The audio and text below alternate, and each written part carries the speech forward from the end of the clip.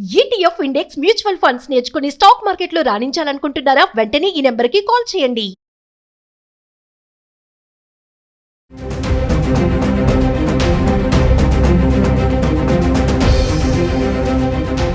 నమస్తే, welcome back to Suman TV. ప్రస్తుతం మనతో పాటు ఉన్నారు పబ్లిక్ స్పీకర్ రజనీరామ గారు. నమస్తే మ్యామ్. నమస్తే నవీన. మేడం, మహారాష్ట్రలో మీరు చూసే ఉంటారు ఆర్టికల్, నీట్ ఎగ్జామ్లో మార్కులు తక్కువ వచ్చాయని, ర్యాంక్ రాలేదని చెప్పేసి తండ్రి కూతుర్ని పట్టుకొని కొట్టడం జరిగింది. కొట్టేశాడు బాగా, అంటే బ్లడ్ వచ్చేలాగా కొట్టడము. అతను ప్రిన్సిపల్గా జాబ్ చేస్తాడంట. కొట్టేసి వెళ్ళిపోయాడు. ఆ రోజు యోగా డే, సో స్కూల్లో యోగా ప్రోగ్రామ్ ఉందని చెప్పేసి కొట్టేశాడు, వెళ్ళిపోయాడు. ఈవినింగ్ వచ్చాక అమ్మాయిని చూస్తే పడిపోయింది. తీరా హాస్పిటల్ తీసుకెళ్తే అమ్మాయి చనిపోయింది. అంటే నీట్ ఎగ్జామ్లో, ఎంట్రన్స్ ఎగ్జామ్లో మార్కులు తక్కువ వచ్చాయని తండ్రి చేసినటువంటి నిర్వాహం. అంటే పేరెంట్స్ ఎంతలా తయారైపోయారంటే మార్కులు మార్కులు మార్కులు, అంటే మార్క్సే కావాలి. ఇంకా పిల్లలు వాళ్ళు చదవగలుగుతారా లేదా, వాళ్ళకి స్ట్రెస్ ఏంటి, ఇవేం ఆలోచించట్లేదు అనుకోవచ్చా ఈ ఘటన చూస్తే? అతనికి చూస్తుంటే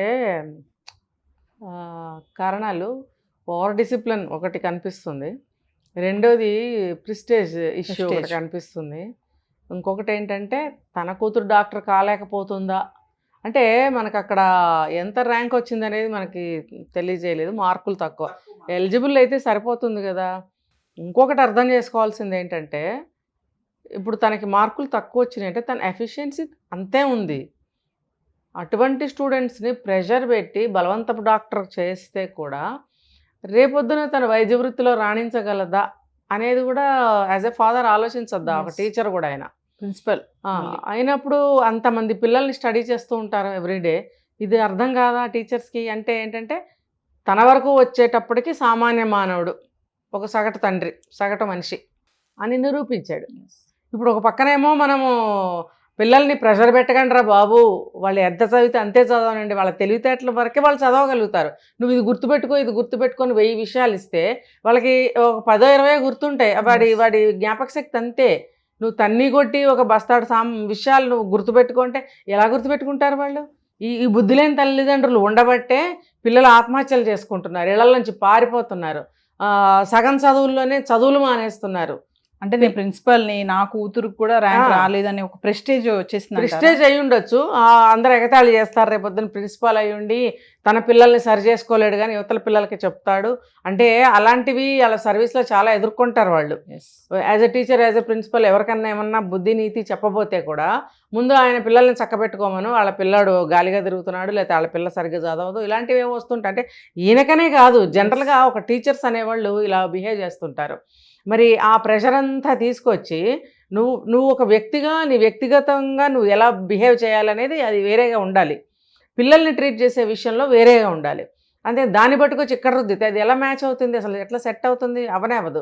ఇప్పుడు పిల్లలు ఆ ప్రెషర్ తట్టుకోలేక ఎంతమంది బిల్డింగుల నుంచి దూకేయడం, చచ్చిపోవడం, విషం తీసుకోవడం, ఉరేసుకోవడం ఎన్ని చూస్తున్నామే. అంటే వాళ్ళకి మేము ఇంత కష్టపడి మిమ్మల్ని చదివిస్తున్నాం, పెంచుతున్నాం, పోషిస్తున్నాం, మీకు ఆ రిజల్ట్ ఇవ్వరేంటి అంతే. అంటే అది మిషన్ కాదు కదా. మిషన్ అయినా సరే మనం దానికి ఎంతో చేస్తే, మనం ఇది చేస్తే తప్ప అది ముందుకెళ్ళదు. మరి మనిషి అనేవాడు తన కెపాసిటీ ఎంతో అంతే చదవగలుగుతాడు. మరి ఇదే సందర్భంలో మనం ఆ గుజరాత్కి చెందిన ఒక అమ్మాయి అవికా అగర్వాల్ అనే అమ్మాయి మంచి టాపర్గా వచ్చింది. అంటే ఒక పిల్లవాడు డాక్టర్ అవ్వాలన్నా, లాయర్ అవ్వాలన్నా, ఏదన్నా అవ్వాలంటే తల్లిదండ్రుల యొక్క కృషి ఎంత ఉండాలి, దానికోసం ఏం చేయాలి అనేది తెలుసుకోరు ఫస్ట్. పిల్లలు ఫలానాది చదవాలి అంటే అది ఎందుకు చదవాలి, అది చదివితే ఏమవుతుంది, అది నువ్వు చదవగలవా అనేది చిన్నప్పటి నుంచి ట్రైనింగ్ ఇచ్చుకుంటూ రావాలి.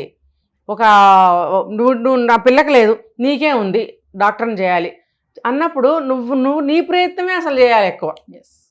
పిల్లకి లేని ఆలోచనని కలిగించాలి అంటే ఆ ప్రేరణ నువ్వు ఇవ్వాలి. ఇదిగో ఈ పని చేస్తే దీనివల్ల ఈ లాభం ఉంది, దీనివల్ల ఈ కీర్తి ప్రతిష్టలు, దీనివల్ల ఎంతోమందికి మనం సేవ చేయగలుగుతాము, ఇదంతా కూడా తెలియజేయాలి. ఆ విలువను తెలియజేయాలి. ఆ విలువను తెలియజేస్తూ దానికి తగిన విషయాలన్నీ చూపిస్తూ ఉండాలి. విజువల్స్ అంటే టీవీలు బొమ్మలు కాదు. ఇప్పుడు డాక్టర్ అవ్వాలి, ఒక డాక్టర్ కావాల్సిన ఒక పిల్లని కానీ పిల్లవాడిని కానీ ఎప్పుడైనా డాక్టర్ దగ్గరికి తీసుకెళ్ళి మాట్లాడిచ్చారా? ఇప్పుడు నువ్వు కన్సల్టేషన్ పే చేసి డాక్టర్కి మీ పాపని డాక్టర్ దగ్గరికి తీసుకెళ్ళి మా పిల్ల డాక్టర్ చదవాలని అనుకుంటుంది, డాక్టర్ చదవాలంటే ఎంత కష్టపడాలి, ఏం చేయాలి, ఎలా ఉండాలి, ఏం పాటించాలి, ఇవన్నీ మీరు ఎలా కష్టపడి మీరు ఇంతవరకు ఈ స్థాయికి వచ్చారు, మీరు డాక్టర్ అయ్యారు కదా, ఎంత ప్రజాదరణ పొందారు, ఇంత మంచి వైద్యం చేస్తున్నారు, మీరు చాలా కష్టపడి ఉంటారు, మీరు కొంచెం మా పిల్లకి కొంచెం తెలియజేయండి అంటే కన్సల్టేషన్ పే చేసి ఆయన టైంను మనం తీసుకుంటాం కాబట్టి ఒక 10 నిమిషాలు ఆయనకి కూడా కొంచెం రిలాక్స్గా ఉంటుంది. పేషెంట్స్తో విసిగిపోయి ఉంటారు. ఇలాంటివి మనం అడిగినప్పుడు వాళ్ళ సంతోషంతో వాళ్ళు పడ్డ కష్టాలు, చదివితే ఏమవుతుంది, చదవటం వల్ల లాభాలేంటి వాళ్ళు కూడా చెప్తారు. అలా ఫ్రీక్వెంట్గా అప్పుడప్పుడు డాక్టర్స్ దగ్గరికి తీసుకెళ్ళి వాళ్ళకి పరిచయం చేయాలి. తర్వాత ఊళ్ళకి తీసుకెళ్ళి ఏ ఊళ్ళల్లో డాక్టర్ సదుపాయాలు లేవు అలాంటి ఊళ్ళల్లో వైద్యం చేస్తే ఎంత లాభసాటిగా ఉంటుంది, ఆ ఊర్లో వాళ్ళకి ఎంత సదుపాయంగా ఉంటుంది, మనకెంత మంచి పేరు వస్తుంది, ఇలాంటివన్నీ చూపించారా, ఇలాంటివన్నీ తెలియజేశారా? లేదు. ఇంకా ఇన్స్పిరేషన్ తీసుకురావాలంటే ఒక పెద్ద ఆయన చెప్తారు ఎప్పుడు కూడా, చాలా చోట్ల వింటుంటాం మనం ఇలాంటివి.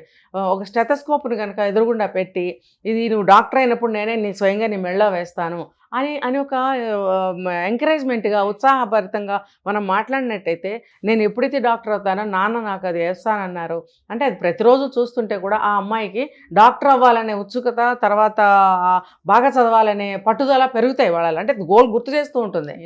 తర్వాత తన గోల్ ప్రతిరోజు గుర్తు రావాలంటే ఏం చేశాడు ఆ తండ్రి? ఎంకరేజ్మెంట్ లేదు.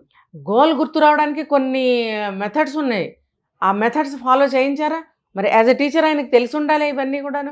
ఒక గోడ మీద గోల్ సెట్టింగ్ పేపర్స్ తను బ్రష్ చేసే చోట, నిద్రపోయే చోట, భోజనం చేసే చోట అంటించి పెట్టాలి. అంటే నువ్వు గంటసేపు తిండి తింటూ కూర్చోవడం కాదు, నువ్వు తిండి తింటున్న ప్రతి ముద్ద, నువ్వు తీసుకుంటున్న ప్రతి ముద్దలోనూ కూడా ఆ శక్తిని నువ్వు తీసుకోవాలి. గోల్ నేను సాధించాలి అనే ఒక శక్తిని ఆ ముద్ద ద్వారా నువ్వు తీసుకోవాలి. ఆ ముద్ద ఎన్ని ముద్దలు తిన్నావు అన్ని ముద్దల్లోనూ నువ్వు అది రంగరించి నీకు లోపలికి వేసుకోవాలి నువ్వు అనేది ఆ అమ్మాయికి తెలియాలి అని అంటే నువ్వు అక్కడ గోల్ సెట్టింగ్ ఏమైనా చేయించావా? ఇవేమీ చేయకుండా ఇవాళ మార్కులు తక్కువ వచ్చినాయని చెప్పి నువ్వు ఆ పిల్లని చచ్చేటు చంపేసుకున్నావు. చంపుకుంటే ఇప్పుడు నీ పరువు ఏమైందిరా నాయన?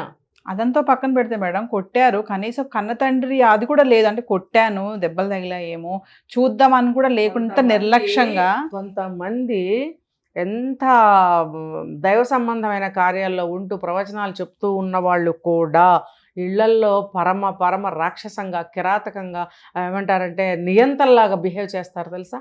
అది అక్కడ అదే ఇది ఇదే. అప్పుడు పిల్లలు కాదు కదా, భార్య కాదు కదా, కనికరం అనేది ఉండదు. తను అనుకున్నది అయిపోయిందా లేదా, అనుకున్న విధంగా అయ్యిందా లేదా, నేను అనుకున్నది వీళ్ళ ద్వారా జరగాలి, చేయలేదు అంతే వాళ్ళకి కనిపించేది. ఒక సైకోల్లాగా అయిపోయి విచ్చలవిడిగా పిచ్చిగా బిహేవ్ చేస్తారనమాట. ఆయన ప్రిన్సిపాల్ అయితే మాత్రం ఏముంది, ఇప్పుడు ఆయన పరువు మొత్తానికే పోయింది కదా. అసలు ఎవరైనా నేరం చేసే ముందు అర్థం చేసుకోవట్లేదు అంటే ఆయన అనుకుంటాడు చచ్చిపోతుందని అనుకోలేదేమో, రక్తం కారితే కారిందిలే, వెధముండ దొంగముండ చదవలేదు కాబట్టి దీనికి పనిష్మెంట్ ఇవ్వాల్సిందే అనుకుని వెళ్ళిపోయి ఉంటాడు. తిరిగి వచ్చేటప్పటికి ఆ పిల్లే లేదుగా. ఇప్పుడు ఏం చేస్తావు నువ్వు? అమ్మ ఇంకోసారి రాయి, ఏదన్నా అవకాశం ఉంటే, లేకపోతే లాంగ్ టర్మ్ తీసుకో, లేకపోతే ఈ ర్యాంక్కి నీకు ఏ సీట్ వస్తే అదే, బీడీఎస్ వస్తే బీడీఎస్ చెయ్యి, లేకపోతే ఎంబీబీఎస్ వస్తే ఎంబీబీఎస్ చెయ్యి, లేకపోతే ఐ వస్తే ఐ ఏదో ఒకటి చేయమ్మా. ఈ ర్యాంక్కి ఏముందండి, అన్ని డాక్టర్లు కావాలి కదా. వాళ్ళ డాక్టర్ కావాలి. డెంటల్ డాక్టర్స్ ఈ రోజుల్లో ఎంతోమంది అవసరం అవుతున్నారు.